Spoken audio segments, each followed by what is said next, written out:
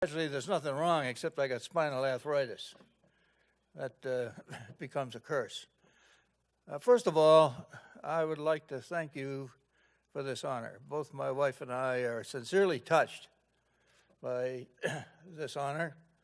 I just don't have too much to say about that, except believe me when I sincerely say thank you for the both of us.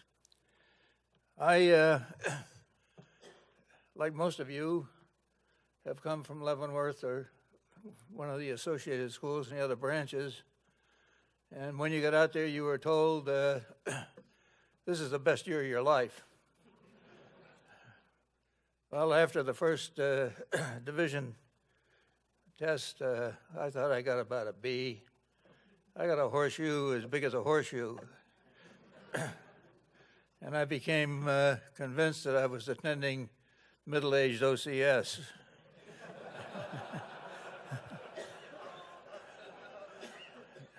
Now, when I got here, nobody told me that this was going to be the best year of my life.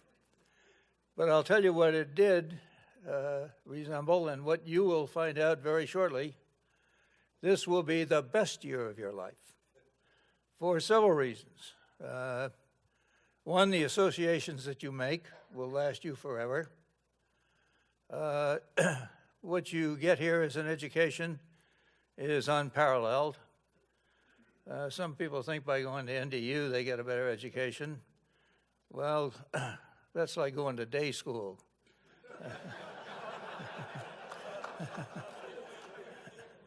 This is where you really get to know each other and each other's families. And you will be amazed at the contacts you made that will serve you forever.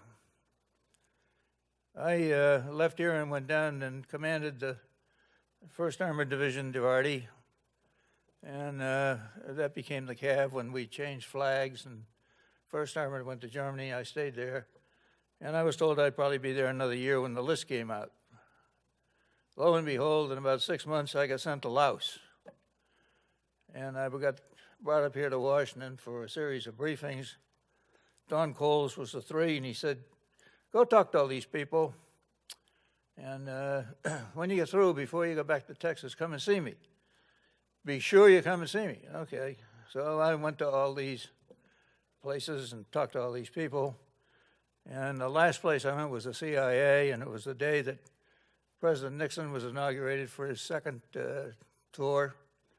It was raining like hell. Everybody was on a holiday. I finished about 3 o'clock. And I called Don, said, you still want to see me? Oh, yeah, get up here. So I did. And he said, did you get all your questions answered? I said, all but one. He says, what's that? What the hell do you want me to do? Nobody could tell me what the mission was.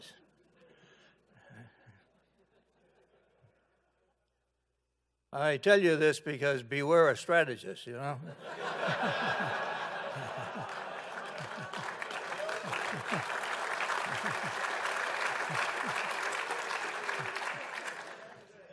Well, I replaced Jack Vesey, and we had about a 10-day overlap. Jack and I had been captains together at Fort Sill. He was in gunnery, and I was in tactics and combined arms. And we had about a 12-day overlap, and as I walked him to the airplane at Watai Airfield, he looked around and said, well, since I've been here, which had been about a year, I can say things have improved 1,000%. And knowing you, when you leave here, they'll say the same thing. And then we'll be barely unsatisfactory. And that, too, was true. And I did get us out of there. And that was a country that's a pathetic basket case. They never should have been involved in the stuff. They got all wrapped up and were abused by everybody. When people say, what the hell did you do during the Great War? Well, you know, if you kind of mess around with the division, you get relieved. Lose a country, you get the DSM and promoted.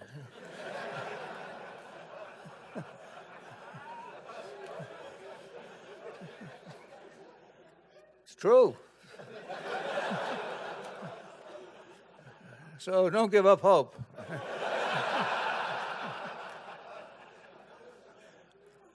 As a matter of fact, I was the Gomo for a couple of years. The father confessor to all the generals. And that's a very interesting job. At any one time, I probably had about 20 generals under investigation. And those of you who make general will be investigated. Somebody doesn't get a pass, somebody doesn't get a leave, somebody doesn't get the assignment they wanted. And so they start writing scurrilous letters. And we investigate every one of them. Probably at any one time, I had about 20 generals under investigation. How many were really guilty of any heinous sin? Probably 2, maybe less than that. Doesn't change much. You want to be a general, here's how you get in trouble. Booze, sex, money, airplanes, and lying. And mostly the last 2. So for God's sake, don't fly in anything that you don't pay for. And whatever you do, don't lie. You'd be surprised at the people who do. It's unbelievable. The other thing I'd like to talk to you about, thank God you got Bill Lord here, although he's only going to be around till, I guess, this spring. But let me go back to Leavenworth. Leavenworth right now runs 2 9-month courses for the classes. They teach 16 hours of force management. What's force management? It's how we build the Army and how we take it down. Right now, we are about to engage in the greatest change in the Army since the end of World War II. And they talk about, if you look at Army times, and gee, we're going to lose 70,000 people. Who are they going to take? Well, because of DOTMA, it's going to come down proportionately by grade and by rank. The next time that we get into one of these troubles, and the Army's a sine wave, you're going to take it down and you're going to build it up. It's those lieutenant colonels and majors that you have right now that are going to build the Army for you. And they don't know a damn thing about force management. If I had my way, we'd extend the real length of a career to 40 years. And up to about the first 21, and that's what most of you will serve, is about 21 and a half years is the average tenure of a regular Army officer today. You get out. Well, they can work you physically, and you can run battalions and brigades and divisions, and that's fine. But then it comes payback time. And this is where you sit and figure out, how the hell do we build the Army and how do we take it down? And you don't take it down proportionally. Go back and look at what we did between 1919 and 1939. That's why we won. Everybody went to school. Today, if you tell a guy he's going to go to school, even this one, how did I screw up? Well, this is how you become successful. And so I urge you to make the most of your time here. And you will make friendships that will last you the rest of your life, both in the Army and the other services and in the civilian hierarchy. No question about it. Now we're engaged in this great business of the sine wave. We're going to take the Army down even more.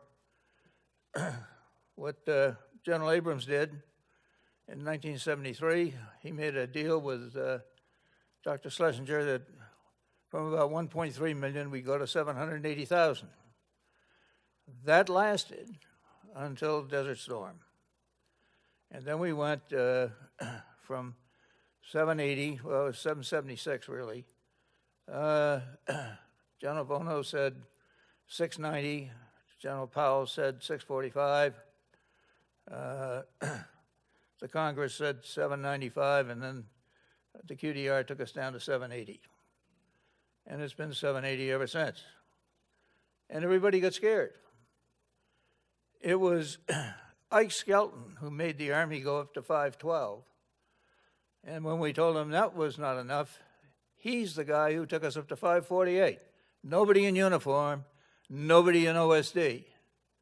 So you have to get the word around and understand why we need to build these people if we're going to build the Army up. Now you hear everything from 350 up to 790. That's what you're going to meet out there. So I can't emphasize enough, what you learn here will be invaluable. At the same time, you're going to wonder what the hell's happening to you. And I'm reminded of those wonderful words from Tennyson's poem Ulysses. The last lines go, I think, something like this. We are not now that band that moved heaven and earth.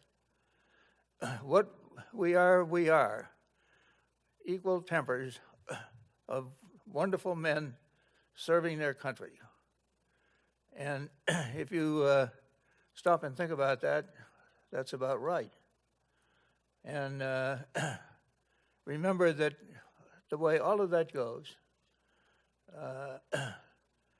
you will really, I think the last lines of that are even better, that you strive to seek, to find, but not to yield. And if you do, then we won't get beat.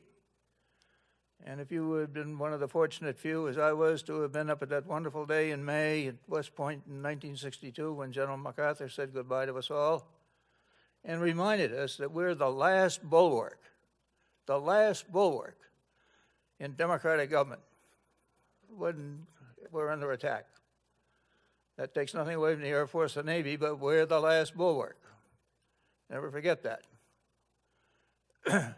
And if you think a little bit further, remember the words of Abraham Lincoln. The last bulwark of what? The last hope of mankind in this country is constitutional government. Boy, what a responsibility. What a challenge. What a hope. What a mission. That's you. And that's what you have to face. I wish you all the luck in the world. God, how I envy you. If I had my druthers, I would seek some magic cure for spinal arthritis and join you. But I wish you all the best of luck. And if there's anything I can do personally or professionally to help you, why, let me know. I will try my best to meet your requirements. Thank you very much for this great honor.